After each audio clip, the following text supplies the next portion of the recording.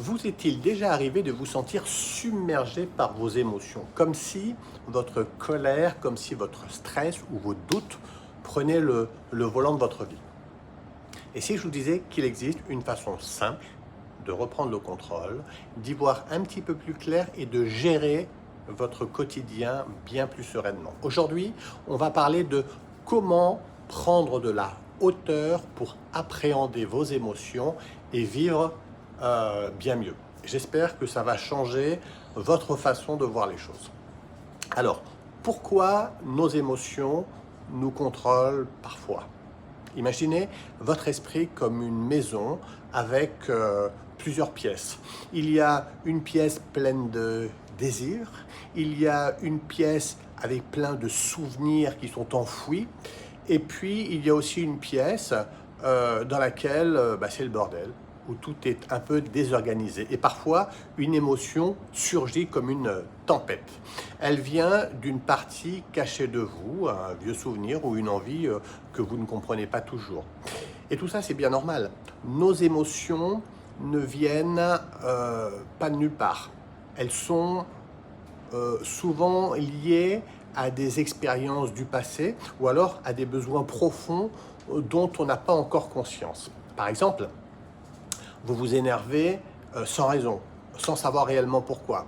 Ça pourrait très bien provenir d'une très vieille frustration qui n'a jamais été apaisée, qui insidieusement refait surface.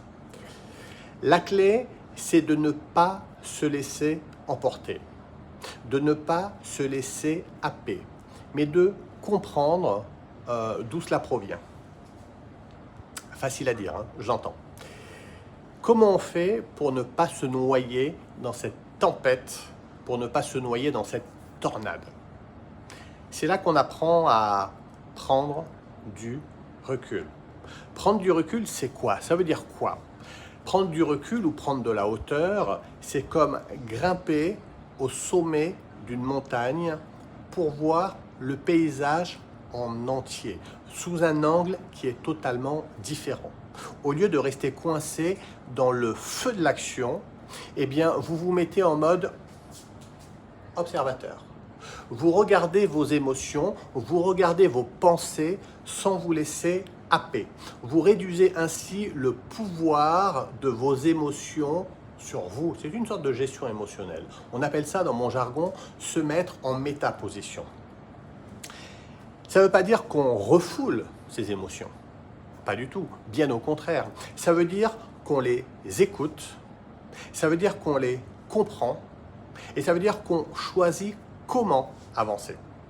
C'est comme devenir son propre chef d'orchestre de son esprit et de sa vie. Imaginons un cas concret, Valérie qui se dispute avec son collègue et il lui reproche un truc. Et là, elle sent la colère monter, elle sent son cœur qui se met à battre très très vite, elle commence à avoir chaud, transpirer, elle a envie de crier. Avant, elle aurait peut-être claqué la porte et dit un truc plutôt désobligeant qu'elle aurait regretté. Mais cette fois, elle prend de la hauteur, elle prend du recul, elle s'arrête, elle respire et se demande pourquoi ça me touche autant et qu'est-ce que cela dit de moi. En y réfléchissant, eh bien, elle réalise que ce n'est pas juste son collègue le problème, même si il est peut-être un petit peu naze, mais son reproche lui rappelle et la reconnecte à une vieille frustration, à une vieille peur de ne pas être à la hauteur. Rappelez-vous que la colère n'est pas chez l'autre, elle est bien à l'intérieur de soi, elle est juste réactivée par l'autre. En comprenant ça, elle se calme. Elle répond posément et la discussion prend une toute autre tournure. Camille a transformé une tempête émotionnelle en une conversation constructive. Et ça, c'est le pouvoir de prendre du recul. Elle a bossé pour elle. Alors, comment intégrer ça dans votre vie? Voici 3 petites astuces assez simples.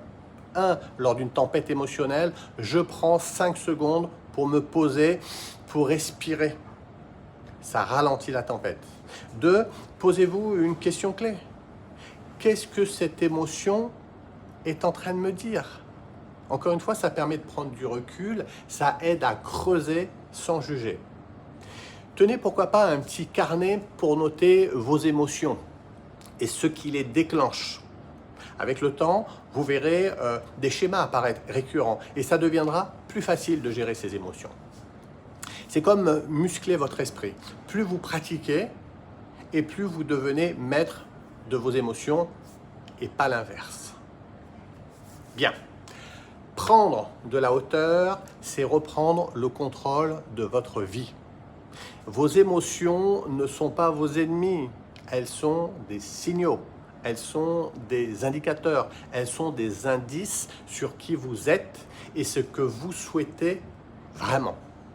En apprenant à les observer, en apprenant à les comprendre, vous gagnez en clarté, vous gagnez en calme et en puissance pour avancer dans votre vie. Alors, la prochaine fois que vous sentez une tempête arriver, vraiment faites-le, hein? Grimpez au sommet de la montagne, observez et regardez le paysage et choisissez, vous, votre chemin.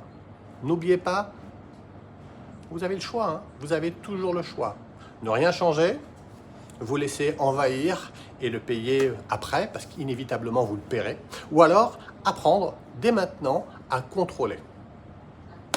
Si ce moment vous a plu, moi il m'a beaucoup plu, eh bien n'hésitez pas à liker, n'hésitez pas à vous abonner, n'hésitez pas à commenter si vous le souhaitez. À bientôt.